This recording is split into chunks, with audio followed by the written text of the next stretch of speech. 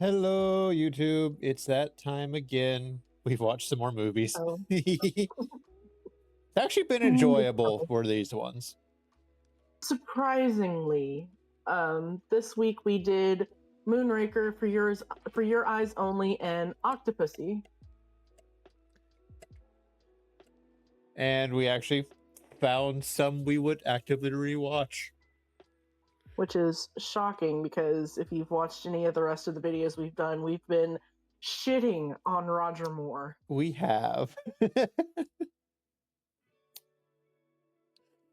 We'll start with Moonraker.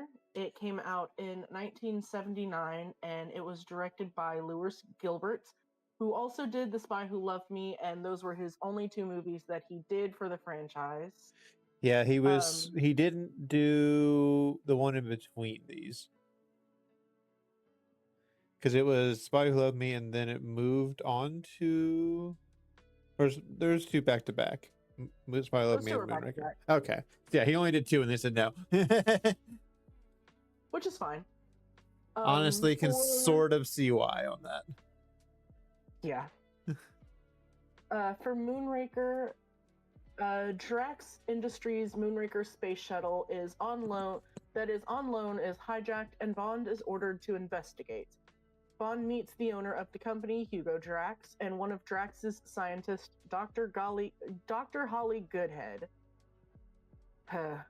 Bond follows the trail to Venice, where he establishes that Drax is manufacturing a nerve gas deadly to humans but harmless to animals. Bond again meets the good doctor and finds out that We're she not is a repeating the name. CIA agent. Yeah, Just call her Holly. It's fine. You know what? Yes. We find out that Holly is a CIA agent. Bond travels to the Amazon looking for Drax's research facility where he is captured. He and Holly pose as pilots on one of the 6 space shuttles being sent by Drax to a hidden space station. There, Bond finds out that Drax plans to destroy all human life by launching 50 globes containing the toxin onto the Earth's atmosphere. Bond and Holly disable the radar jammer hiding the station from Earth, and the US sends a platoon of Marines in a military space shuttle. During battle, Bond kills Drax and his station is destroyed. So yes, we have Space Marines. Somehow, this space station is not seen from Earth. Somehow the radar jammer is strong enough to prevent this space station, which is roughly the size of a city, hidden from Earth. Yeah. But so this one sort of has a continuing from the previous one, at least in the form of a character. Jaws comes back in this one, and he's actually a very interesting character for this one. It's kind of funny. They definitely completely nerfed his threat level. He is still extremely strong, extremely, like, his bite is still extremely powerful and things like that. But he's definitely more played for comedic relief in this movie. He is, and it's kind of fun. It is. It, like, that whole little, like, side thing with Jaws was immensely more enjoyable than the movie itself, because during some of the shenanigans involving Jaws, one of the chase scenes leads Bond to a ski lift type thing. It's not a gondola, I think it's a ski lift. This one also takes the place with the Olympics again, just like on Her Majesty's Secret Service. There And were a few callbacks. there was the outfit he was wearing in all the snow is very similar to the one that Lazenby had. We had the Olympics going on. We had a very much blonde girl. She was much younger for this one. No, wait. I think that one is in the next one. The For Your Eyes Only, the one with the Is skater. it? Oh yeah, this is that's the next one. This is the one where we were in South America that had all of the 7-Up product. Oh yeah, this is the one that I was talking about. What in the Xanadu? Because we had a bunch of women just come out of nowhere surrounding Bond at one of these points. I mean, it's Bond. That's Not for surprising. The course. Yeah. No, this is one where Jaws finds love. Yes. Which, good for him. And honestly, the relationship is questionable because this woman is short as fuck compared to him. The actor, I can't remember his name off the top of my head. The actor that plays Jaws is 7'2", and this woman, at least comparatively, looks closer to my height, which is I'm 5'1", so there's a good 2 feet between them. She might have been at most like 5'6". It's hard to tell because again, this He's man is huge. tall as fuck. Yeah. But as for this one, the Bond villain Drax is very unmemorable. He really is. The only thing I really remember about the villain himself is he looked. Honestly, they've dressed him up kind of cheesy. He looked like a stereotypical villain type. But he was one of those that we thought, oh, he's a good guy at first because we have a shuttle unloaded that went missing. Yeah, no. Mm-hmm. Like you could tell from first time meeting him with just the way that his office was designed and all that shit, he's bad.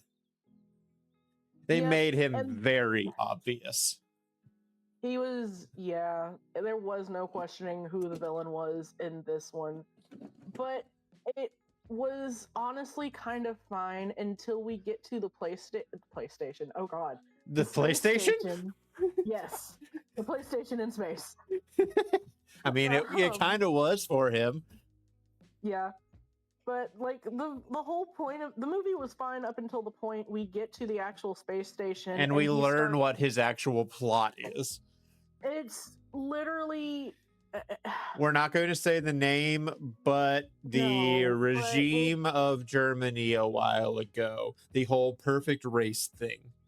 Yeah, he had about 24 couples, and to absolutely no one's surprise, they were mostly white. He had one Asian couple, one like black couple, it looked like. Yeah, we might have had like a couple Hispanic or something, but it wasn't much. Hispanic. I didn't even see a Hispanic couple. I swear the only people of color couples that I saw were the Asian and the black couple. Like, I could have missed them because they were really... They might have been whitewashed. Yeah, oh yeah. But they also didn't really linger on the couples all that much. But no. It was very stupid. And also, once he revealed his big bad evil plan, that was one of the times that we paused this movie, and we paused this one a bunch. I didn't think it was possible that we would find someone with a plan dumber than Goldfinger. Honestly, but we did. It's like the amount of steps that you have to go through to get to this point. Already, your plan is shitty and you're a piece of shit. But this just seems like so many extra steps to achieve what you're after. And then on top of that, with you only repopulating the planet with like 24 couples, you got maybe a couple of generations before inbreeding is a risk. Mm-hmm. Like, if you're going to do something like that, you need at least 100, if not more. Exactly. And not to mention, you are struggling under the assumption that all of these couples are going to be fertile and all of the pregnancies are going to be viable. Oh, but don't forget, it's perfect race. I'm sure he made sure all of that was done. He probably tested them to the degree of almost psychotic. Except this is in the 70s, so I'm not sure how good fertility testing was back then. Like, I don't have high hopes that it's that great, and someone this fucking psychotic isn't going to do extensive testing. No. Honestly, this movie, the subplot was better than the main plot. It truly was. I was more invested in Jaws' little subplot with him falling in love than I was in the whole thing with Drax. And let's be honest, honestly, Jaws is fucking indestructible because the very beginning of this, they're jumping out of a plane. This man doesn't have a parachute and lands in the middle of a fucking circus and survives. He falls off of a waterfall and survives. He crashes into a building in the like ski lift thing and survives. Yeah. And let's not forget, he does have a change of heart at the end of the movie because as Drax is explaining his evil plan, he lets slip that if people don't adhere to his perfect ideal of what people are supposed to look like, then they'll be eliminated. Killed. Yeah. Yeah. And Bond is just like, oh, really? That's interesting, while pointedly staring at Jaws, who is 7'2", and the woman that he is with, who is like 5 something, and he's like, that's a shame. Well, I guess we're going to be taken away and captured. And then Jaws has a of change of heart and beats up the guys that are holding on to Bond and Holly and saves them at the end because their shuttle that they're trying to get off to destroy the toxin pods that have been shot over the Earth. 3 of them. The shuttle is locked into place because the auto lock mechanism is malfunction. So Jaws goes in and breaks that shit while they're still on the shuttle that's or not on the space station that's exploding, and then him and his girlfriend have a nice bottle of alcohol. Her name is Dolly. Her name is Dolly, but I don't know if they ever actually mentioned that in the movie. I don't think they did. Looking at the actress. Yeah, I don't think they did. Like no lines. No, but they share a nice glass of, I'm assuming champagne it was, and then the space station falls apart. We learn later in passing comments from M and some other people that, yeah, we found a shuttle. 2 people are alive on it, so we know that Jaws and Dolly have survived yet again. One very tall man and one short woman. It's like, okay, cool. So we were very happy that they lived. Oh, and something else that we forgot to comment on, when they first meet, it was that swelling stereotypical music of yes, the very stereotypical falling in love music, and it was funny. It was really cheesy. I was kind of here for it. The subplot of the movie I really enjoyed. The main plot and the whole villain's master plan was the dumbest fucking thing ever. The movie in itself, I wouldn't be against like background noise stuff, but I would not rewatch it. Again, though, it's 100% because of the background plot. It really is. The subplot makes it better. I cannot stress how much I hate the name of this Bond girl. Holly Goodhead. Holly Goodhead. But also, she's a very bad CIA agent. Yeah, honestly. She had really cool toys that Bond made use of. Unfortunately, she's just another one that's kind of forgettable, and I feel bad for it because it definitely feels like, at least until For Your Eyes Only or Octopussy, before we get Bond girls that are memorable. Yeah, because a lot of the Roger Moore ones, it's just meh. Yeah, they kind of just bleed into the background, much like a lot of the ones from Connery. There's only a few from Connery, and those are known because of naming. Mm-hmm. Yes, the names. Yeah. But we both kind of agreed on what we were going to rate this one. I remember.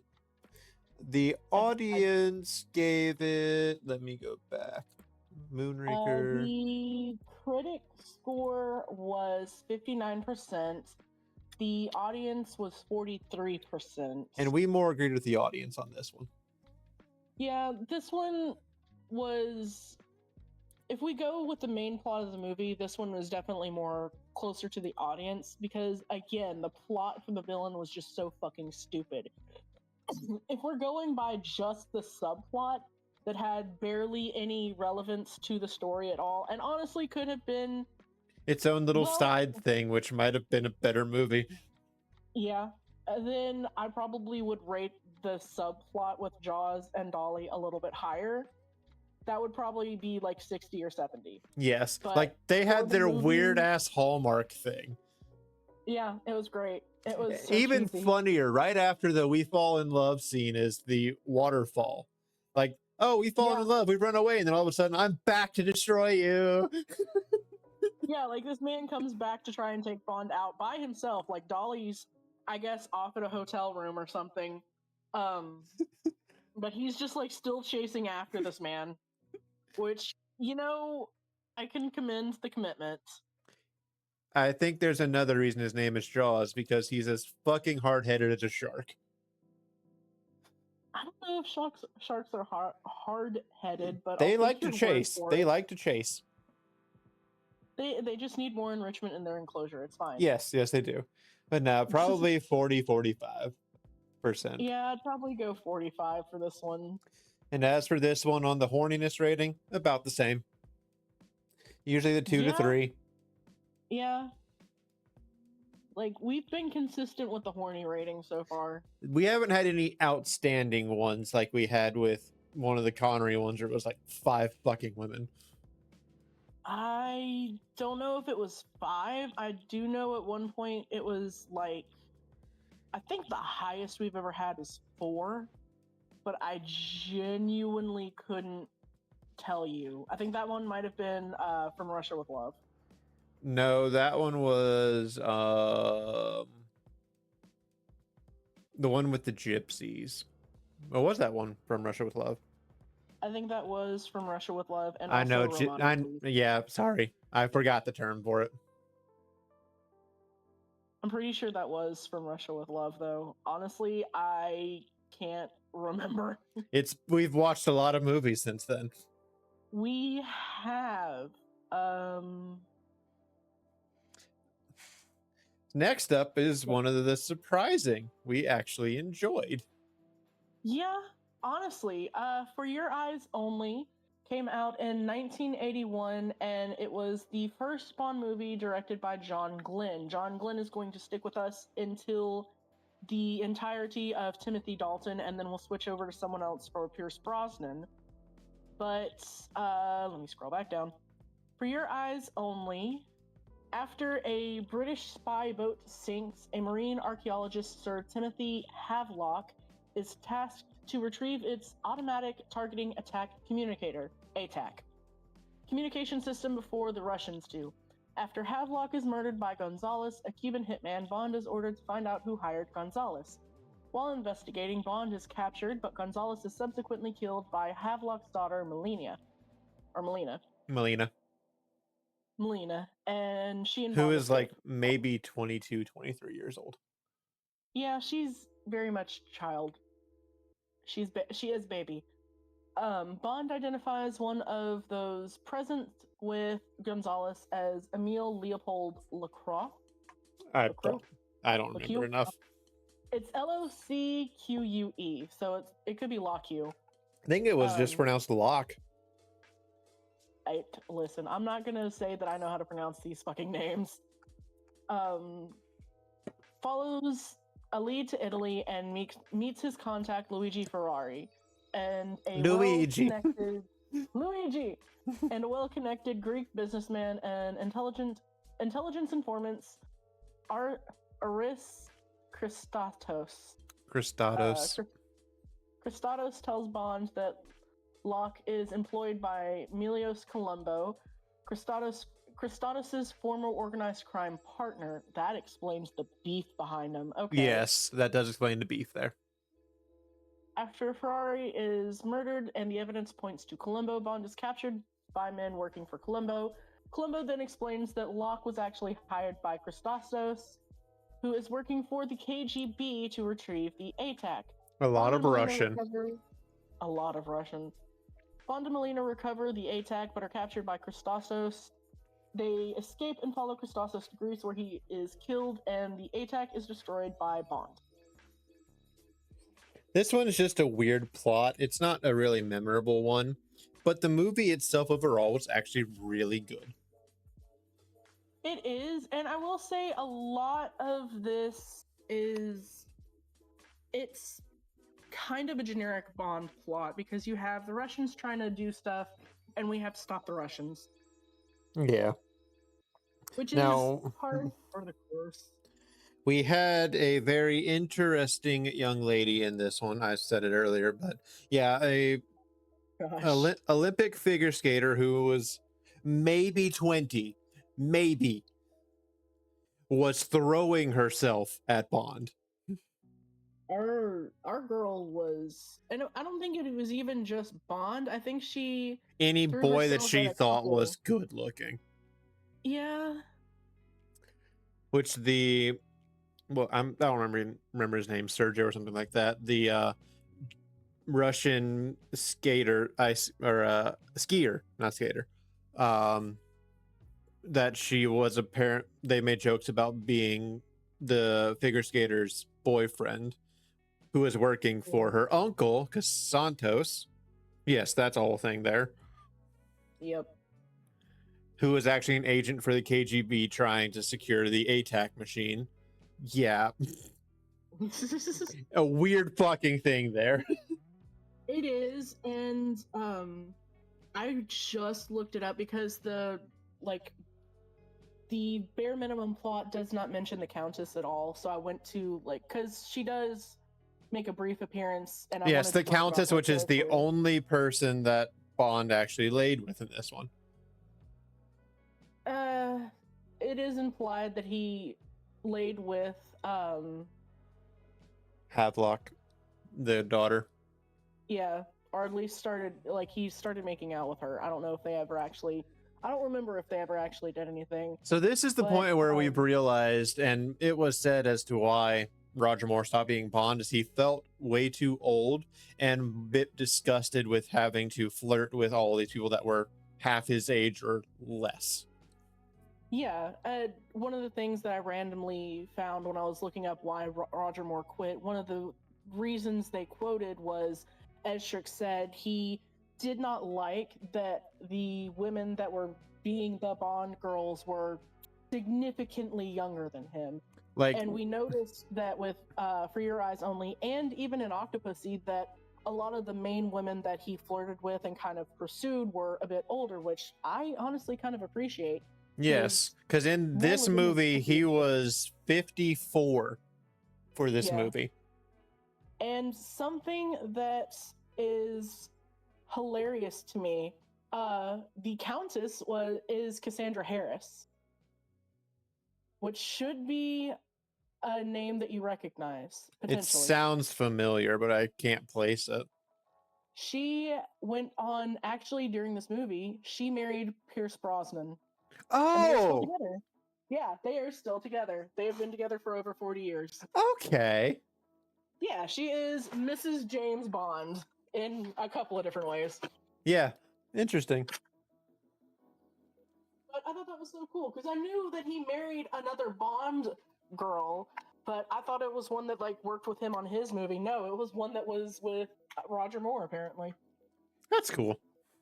But no, Yeah. this one was actually a decently enjoyable one. We didn't have a lot of camp to it, not a bunch of the bad jokes or things like that. We didn't have a lot of the sexual aspect to it. And that is definitely something that I can appreciate. It feels like as Roger Moore is aging and kind of moving away from the Bond character, he's starting to try and tone down some of these sexual aspects. And honestly, the only reason for the end of this one with him being with Havelock, even that little bit, is probably pushing from the directors. You have to at least show some interest in your main Bond girl. Yeah, you have to at least kiss her or something. Because how we imagine that conversation went. Because the ending of it was literally they were kissing, then they went swimming naked. There was nothing showing that they had gone to bed together or anything like that. That's right. It didn't even imply that they laid together. They just kind of made out and then swam naked. You're right. Yeah. So he did only really sleep with one woman in this one. Mm-hmm. So this has been one of the least horny. I think there's only one other movie where he slept with one other person, and I think that might have been a Connery. That was a Connery one? No. Wait, no, Lazenby wasn't. He was the one that just got married. Yeah, Lazenby did sleep with a couple. Yeah, he slept with 3, and then his future wife, twice. She was one of the 3. Yeah. Actually, I think this is the only one that actually had one that he slept with, because even Connery's smallest was 2. I think you might be right. So this is the least horny we've had. Good for him. And honestly, I'm fine with it. Yeah, same. There was a fun little bit of a thing that happened in this movie and the next one that we'll talk about, Octopussy. Birds do not like Bond. No, birds do not. No, they have almost gotten this man fucking killed twice so far, or at least caught by the bad guys, and I just thought that was kind of funny. This one had a very interesting thing, and I really hope it was a stunt actor for this, because the ending area, he was free climbing up a very steep cliff. And once he is discovered, he ends up falling back down, hung up by a couple of carabiners that were saving him. Well, one of the henchmen is slowly knocking down each of these carabiners that is holding his ass up. And he's having to scramble himself up. But the sheer amount of drops on somebody that's 54 years old, I really hope it was a stunt actor. Yeah, same, because that was a lot for someone to have to go through. And could also, depending on who did the stunt acting for him, could absolutely be one of the reasons why he also is just like, I think I'm good. I think I'm good. Yeah. This one did still have some chase scenes that we skipped, but it wasn't as bad. I think we only skipped one, and then maybe a piece of one, because I want to say the first one he was one of running them away- actually had exposition to it because it was when you first met the daughter of Mr. Havelock. So that one we Yeah. really didn't skip, maybe a couple seconds here and there. But the second one, yeah, we skipped that one. Yeah. Oh, another interesting thing that I noticed through all of the Roger Moores, only his so far, is each intro that plays the Bond theme, the theme is slightly different each time. Like it's the Which same I- tune, but it's a case of like different pitching, slowed down, a little bit different instrumentation. It's really interesting. And I absolutely did not realize that until you pointed that out. I'm a very big music nerd, so It's okay. We appreciate it. yeah, no, nothing really stood out with this plot to talk about. I think it was cool having the whole, oh my god, the person I thought was my enemy is actually my friend. Gasp! Double crossed. Yeah.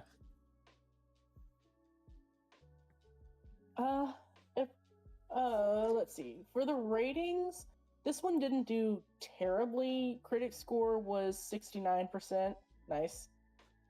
And audience score was 64%. A pretty close one for those. We both said actually higher.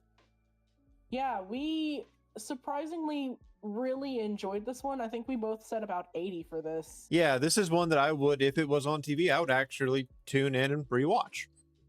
Same. Which, good for Roger Moore. And like I said, it probably had a lot to do with the director himself. So also just like really good for John Glenn.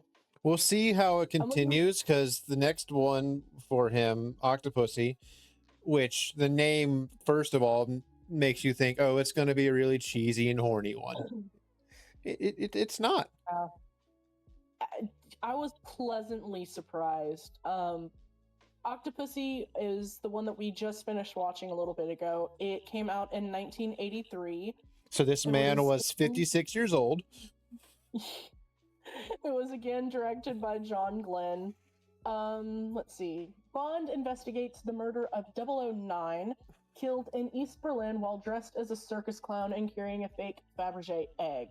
An identical egg appears at auction, and Bond establishes the buyer, an exiled Afghani prince, Kamal Khan. I didn't realize he was Afghani, because they kept on talking about India. Okay. Like, I didn't realize he was Afghani either, because I looked at the actor, motherfucker was French. Anyway, Kamal Khan is working with Orlov, a renegade Soviet general. Yeah, renegade. I was like, wait, did I say that right? Yes. Who is seeking to expand Soviet borders into Europe.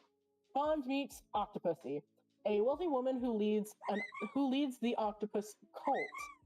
Bond finds out that Orlov has been supplying Khan with priceless Soviet treasures, replacing them with replicas, while Khan has been smuggling the real versions into the West via Octopussy's circus troupe. Bond infiltrates the circus and finds that Orlov replaced the Soviet treasures with a nuclear warhead primed to explode at a U.S. Air Force base in West Germany. The explosion would trigger Europe into seeking disarmaments and belief that the bomb was an American one that was detonated by accident, leaving the West borders open to Soviet invasion. Bond deactivates the warhead and then he returns to India, joining an assault on Khan's palace. And Again, I'm glad that I read that because we didn't fully understand everything until like halfway through. Yeah, the plot for this one was kind of convoluted because a lot of it follows, at least the first part, like Shriek said, a lot of it follows around the Fabergé egg.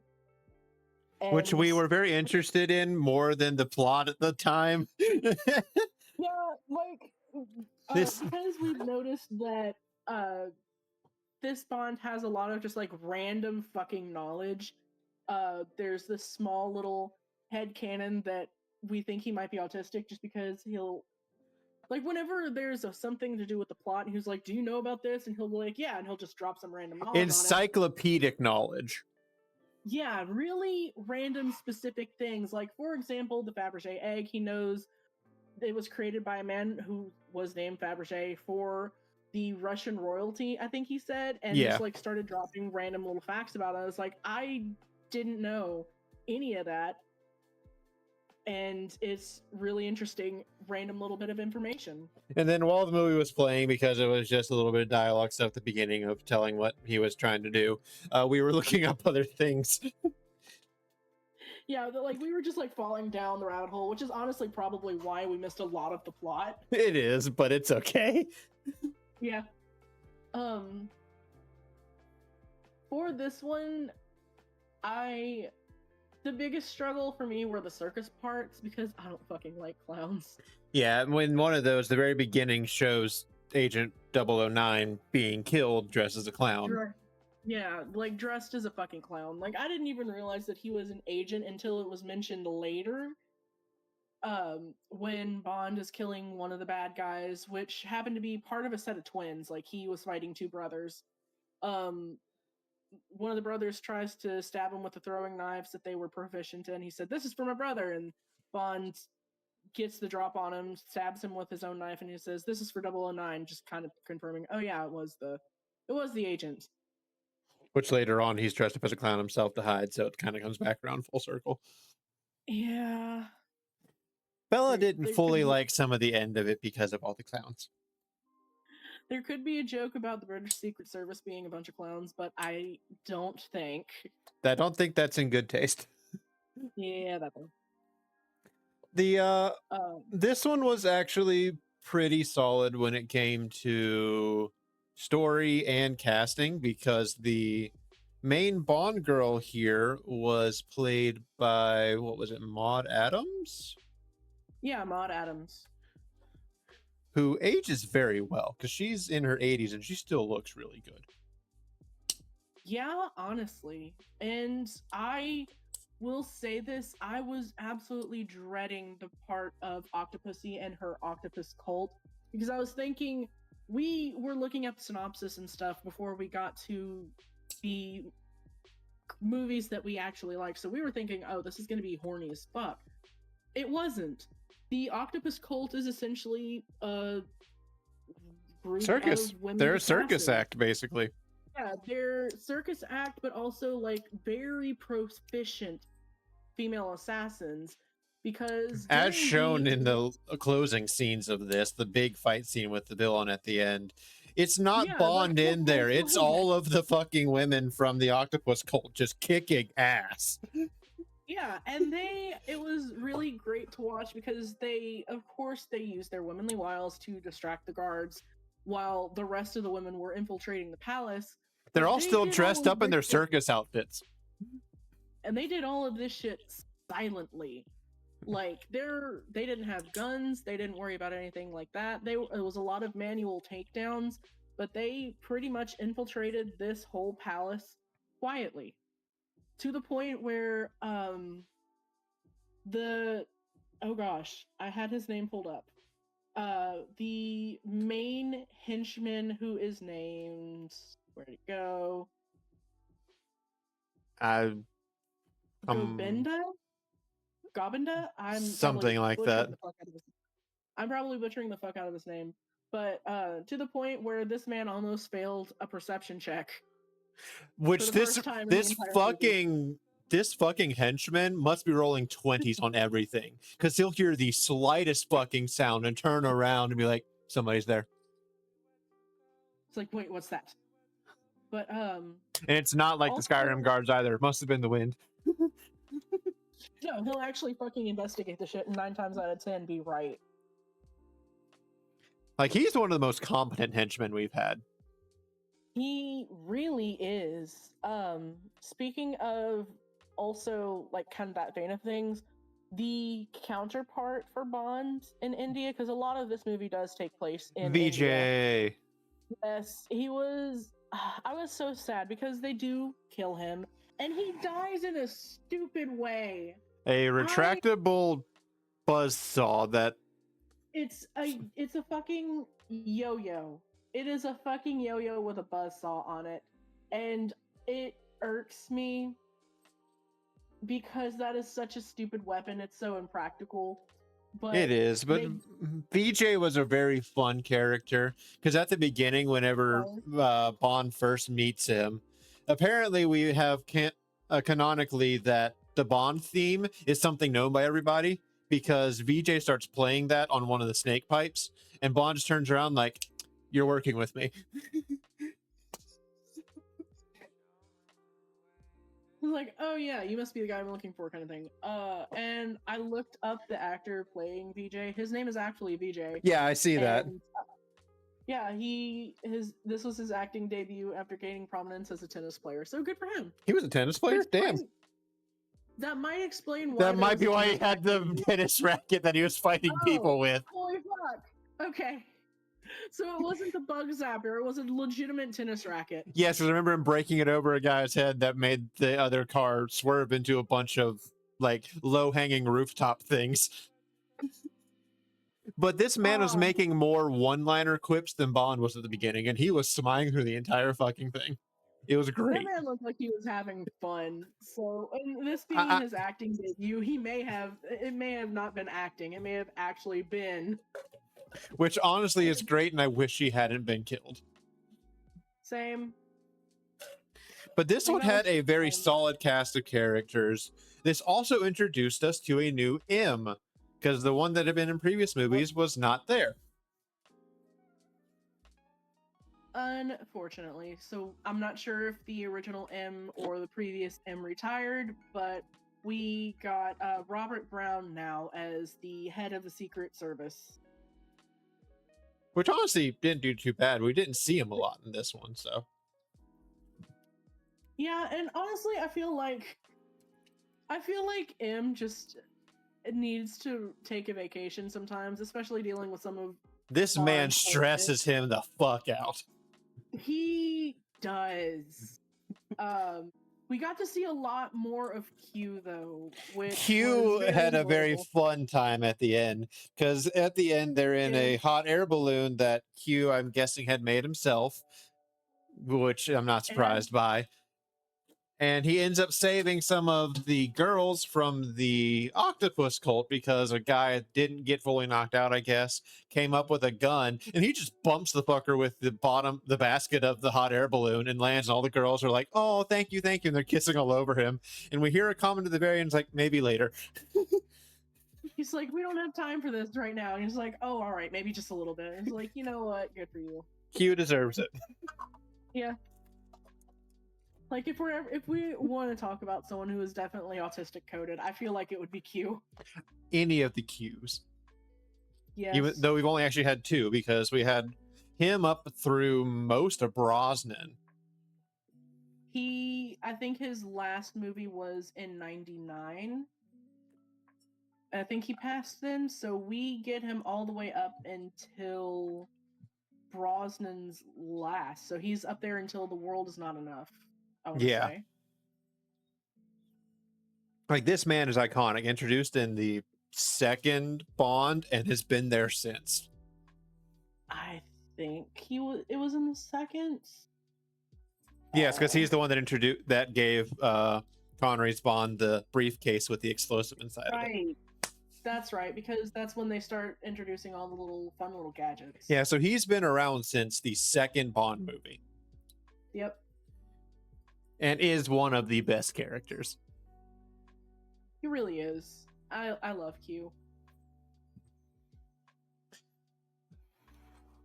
Let's see. Yeah, also didn't mention Octopussy's octopus gang, they're all on an island that no men are allowed to. They are all women. Which, let's be real, goals. And of course, Bond's whole thing is, well, I must simply visit, but doesn't end up Yeah. sleeping with anybody but Octopussy. This one he only Yeah. had 2 he slept with, and one of them was actually part of the octopus cult, but that was one that was working for Khan for a while. Yeah. She was also super early on too. Because we're running on that theory that he's trying to push for older Bond women. So it very much felt like, all right, fine, we'll just get this one out of the way so that we can focus on Octopussy, who was a bit older at the time. I think in the time this was like maybe 40s or so. Yeah, she may have been in her 40s. Actually, wait, when did this come out? 83. 83. She was almost 40 because she just turned 80 last year. So she was late 30s. So it was still a decent gap in between them, but it was much closer than, having somebody that was in their 20s versus a 54-year-old man. And I feel like that would probably be something that a lot of people who are like Roger Moore and want a little bit smaller of an age gap, late 30s, like you said, is a lot better than early 20s. And even for someone who's in his mid to late 50s at this point, it's probably something, at least it's under 20 years. Yeah. Because we really don't see much other than a lot of kissing for them, too. Like, we see them laying in bed and stuff, and we have, of course, the evidence that, yes, they were naked, they'd been in bed together, things like that, because they'd fallen asleep together. Yeah. But there's nothing really showing too much of a lead up to it, like some of the previous ones have been. Yeah. There is the whole, post-coital evidence. Very obviously, y'all did stuff. And actually, this one seems to act a bit more like a couple-ish one, because when he gets up, right after VJ's killed, he gets some sort of premonition that something happened. So he just wakes up randomly and goes and looks out the window after dressing a bit. And she just comes over, puts her arms on him, and is like, come back to bed. Yeah, this one seemed almost more intimate in that manner. Yes, but I think this one, Octopussy, also felt a bit of a kinship with Bond.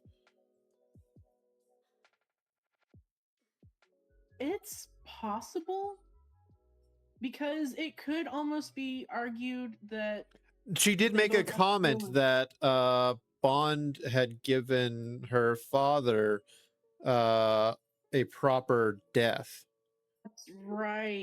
That's right. Because he was excommunicated or something and should have died on like a firing line or something like that, but he had run away, and Bond gave him an honorable death. I don't remember the full thing, but she had respect for him for doing that. Yeah. So I think that was why she was, because it was very much played off that she did recognize the name. Yeah. Which Kamal Khan did not recognize Bond. Yeah, he's like some kind of wealthy collector or something. Like, I don't know how at this point we've reached anybody that doesn't know who Bond is, but we did. Yeah, because it's been established in one of the previous movies that this is supposed to be the same guy. And he's been going around fucking shit up for decades at this point. I don't know how people don't know who he is by name, or at least by moniker. That's what we didn't talk about with the last one. One of the scenes was Bond in front of a gravestone with his wife's name on it. That's right. It wasn't the same name, but the name was slightly different, because the one from George Lazenby, her name was Tracy. The one that was on the gravestone in the last movie was Teresa. Very similar, but I'm wondering. No, her name was Tracy in that movie. Yeah. Yeah. I wonder why the fuck they got Teresa from. I don't know, unless they were trying to make it a little bit different, I think. No, it is short for it. Her name is Teresa Tracy Bonds Nee Draco. It is the same person then. Yeah. Aw. So that one at least confirms that the George Lazenby to Roger Moore is the same person. Because we do have the comment from Lazenby, the other Bonds never had to deal with this at the very beginning. So it's probably surmised Connery's is a different one from these two. It is possible. So we can at least assume that we've had two Bonds, and it can still work that it is a code name instead of all one person. Yeah. But I just remembered that when we were talking about this. Like, oh yeah. I'm glad you remember that because I forgot it completely. And we've only seen 2 mentions of her so far. The one a couple of movies ago where he's talking to the Bond girl and she's like, married once, but the wife was killed. And then He shuts him her up, saying- basically. Yeah, and then him standing at her grave. So I'm kind of glad for the consistency, which could also be why we're seeing another reason why, or at least a reason in universe why we're seeing him less horny. Because he did sleep with, I think, 2 women, or It was at 2 in least- this one. Yeah, so he's getting less because the average is about 3. So that could be another reason why, is just like he could be getting older and he could be thinking of missing his wife. I'm also very much reaching at this point. It's whatever. It's all conjecture at this one, but it's just it's a headcanon thing that we could put into it. Yeah. But I'm kind of pleasantly surprised to be finding Bond movies that I enjoy. Because this is another one that I could honestly see myself putting on and watching again. Surprisingly, because I have been dreading this movie because of the name. Yeah, because let's be honest, some of the names just aren't. They don't lend any kind of justice. They don't. Because both this one and the previous one, For Your Eyes Only, which could very much be an innuendo, and Octopussy, Yep. both we were thinking, oh, these are going to be really fucking horny. No, they were not. And honestly, I'm very glad for it. I will say this. My brother would not like this movie because it had snakes in it. Both of these last 2 have had snakes. I don't think Moonraker did, but No, Moonraker No. did not. Moonraker No? did. It did? On the place where it was all the women that had come and surrounded him in the Xanadu jungle area when he was jumped into the pond. Oh, yeah. So All we've of these gone last from ones have had sharks to snakes. snakes. Yes. So we've gone from sharks to snakes. Okay. All right. So we would not be showing my brother any of these movies. Got it. We said he would probably enjoy the last one, but we just had to skip past the snake. If we warn him beforehand that there is a snake in it, then he And probably honestly, the couple ones for these last 2 weren't a big deal. The one from Moonraker, yeah, that one was trying to kill him. Yeah. Like if we just tell him beforehand, we sit him down beforehand, we like, look, there's going to be a couple snakes in it, but I think you'll be fine, because at least in this one, in Octopussy, it's just like crawling over him. Yeah. Like we see more tigers in this one than we see snakes. Honestly, the there was a tiger baby was tiger. fun. The baby tiger was cute, but also when he was running away from the villains in the Indian jungle area, the tiger that just randomly comes out of the bushes is apparently a tamed tiger, because listen to him when he said sit. I can't believe that fucking worked. It really. Like the tiger just laid down and stared at him and let him go by. Which, good kitty, I guess.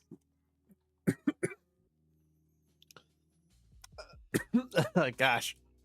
Don't die. My water went almost down the wrong pipe. It's fine. Stop waterboarding yourself, please. So, again, we're rating this one higher than what the critics gave it, by far, I am sure. Oh yeah. For this one, critic score was 41%, and the audience score was 47%. Still decently close together, but nah, I'd give this one 70, honestly. I would probably 70 or 75. Like it was enjoyable. It was, and I would be willing to go up to 80, but again, clowns. Slightly biased, but this is fine. So we're almost done with Roger Moore at this point. We have got one more movie. Yes, we have his last one up next, which is A View to Kill.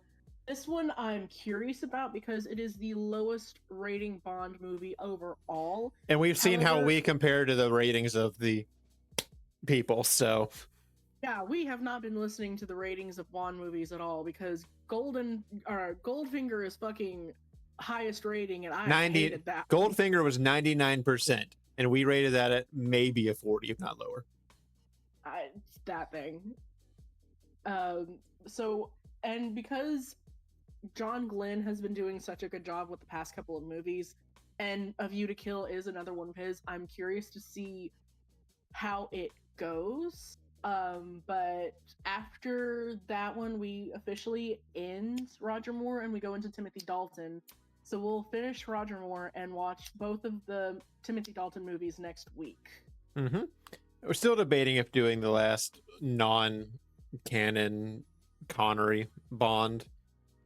Oh, that's right, because that one did come out before. Same year as this one, I think. Yeah, well, they were both 83. We could probably watch that and then tack it on as well. Yeah, because we can just do an extra movie next week. Because if we time it with the 3 movies each, that'll put Brosnan and Craig perfectly with 3, 3, and 3. Yeah. I'm down. I'm looking forward to going back to Brosnan. Because his I've watched so many times. I'm looking forward to watching more of Brosnan because right now I've only seen the one that you showed us. Tomorrow Never Dies. But I'm also curious about Timothy Dalton because I've not seen either of his two. I legitimately only know him because he was in like a handful of episodes of Doctor Who. I think it might have only been like one episode of Doctor Who. Which is fine. And he was so but as we have officially passed the halfway mark with these movies, what is your overall thoughts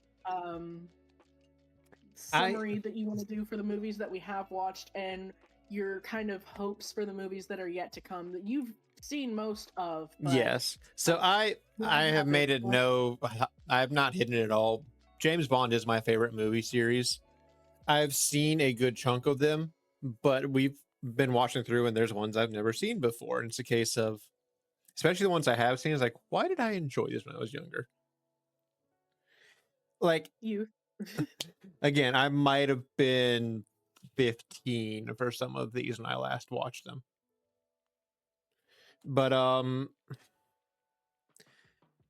there are pervading themes with each one of these. It's alcohol or some kind of substance, because Connery's is alcohol. We've seen a lot of smoking for Roger Moore. I don't think we've seen any in the past couple of movies. Not him smoking. True. But overall, for the time they came out, they were very good movies. Some of them still hold up pretty well, I feel like. But a lot of it is a product of the times, what was going on in the world, the type of jokes that were being made constantly, and a lot of those just don't pass well anymore. Overall, the series that we've watched so far, I think I would give an overall rating of about 65 or so. Like above average, but could be better. Yeah. I feel like 65 is a really good collective grading for these because, like you said, some of them have been really decent, some of them have been good, some of them have been really bad, but a lot of them have been kind of middle ground. And it's just a case of, because we're in a different generation than the time these came out, we're used to different kinds of humor, different kinds of media. It doesn't appeal as much to us. I can see Yeah. why a lot of people really enjoyed these movies back in the day, but it's just not our thing. It absolutely that. And it is one of those things that I can definitely see the appeal to a lot of these movies as just turn your brain off action flick kind of thing. Yeah. If you want to put something on and there's not going to be a lot of high stakes, you can just have it running in the background, or you could just kind of turn your brain off and not have to worry about thinking while you're watching it. I can 100% see the appeal to these movies. Let's also be honest, some of the eras of this were drug eras. So some of them might have been better if we were high. That's very true. It's unfortunate that neither of us partake. Nah. So we can't. But that could Yes, also be a it case is. for some of these, especially a lot of the early Roger Moore ones, because that was mid 70s. A lot of early Roger Moore stuff is definitely just probably would have been better while we were stoned. But I'm also okay with not. Yeah, because getting the raw experience, I feel like. Yeah. And it is something that's fun to go back and watch his earlier stuff that were in the height of disco era and how much the music has changed. We had that weird little bit in the middle where They didn't put a lot of wasn't- background music, and it was weird. it was like there were a good couple of movies that we did not, Like the hear any final background fight music. scenes had no music to them. and there were a couple where they didn't even really have grunts of them fake fighting. They did start adding those back, thankfully. And it's not the cartoonish ones, because some of the Roger Moore ones did have more of the cartoony punch sound effects. Oof. Bonk. Not actually bonk. But No, there's no definitely- bonks, but you heard more of like the slapstick humor sound effects more than actual fighting. Oh, and speaking of sound effects and whatnot, for anyone that is a fan of Johnny Westmuller, there was that Oh yeah, the classic the Tarzan, Yeah. which I'm we're still hoping he thinking got his paid for that. name. Well, he was still alive during this movie. He passed away the next year, but he was still alive for this one, so I hope they gave him his Royalties. residual. Yeah, royalties. Because like I want to say even George of the Jungle took from that yell. It did. It did. Like that's just like that was just an icon. That's just an iconic yodel at this point.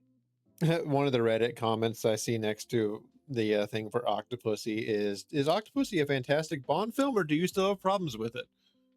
It's like it's good. Both can be true. Yes. But yeah. Overall, it was- this has been a fun experience so far, and I'm looking forward to continuing with it. I am as well. I'm looking forward to seeing the brief return of Sean Connery, giving Roger Moore a proper send off, and then greeting and then saying goodbye to Timothy Dalton, because next week is going to be a busy week for us. It will be, but it's fine. I need to mentally prepare myself for. I'm Okay, I don't recognize curious. the director. You don't recognize what? I don't recognize the director for Never Say Never Again. It's Irving Krishner. But it's one of the ones not filmed with the same company that all the other ones have, which is what was done with the 67 Casino Royale, which didn't get finished. Yeah. So we'll see if we finish this one. With And it we'll being report back. Connery, I have a bit more high hopes to it, but that doesn't mean anything. I mean, it decently rated. It's 71% on Rotten Tomatoes. But we know what we Versus- are to ratings. Well, considering Casino Royale, the 67 version only got 26%, Yeah, and we see why. which is still 26% too high. But yeah, so we Like, that's will generous. we will see you guys for the next one of this. It'll be next week, and we'll have some more opinions. I'm actually curious for these because John Glenn's done good so far, and he's the director for the next 3 Eon ones. Yep. However, A View to a Kill, Roger Moore's last one, is the lowest rated of all Bond films. So we will see what happens there. We'll see if we actually finally agree with the critics' scores or if we Once again, continue will to- be opposites. Yeah. But I appreciate all of you guys for sticking around with us through these.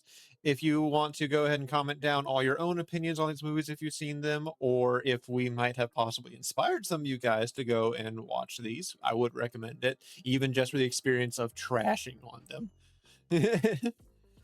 Feel free to comment down below on that. If you are not subscribed, I would appreciate hitting that subscribe button, helping me grow the channel. I'm trying to, for this year, get to possibly 50, if not maybe looking for 100, but we'll see. And I'm going to be focusing a lot on recordings and stuff this year, I feel like, because with the job I've got, I don't have a lot for streaming after work. So it's really just the weekends, but I have time for doing like recordings and things. Yay, recordings. Yep. Content never before seen right for your eyes.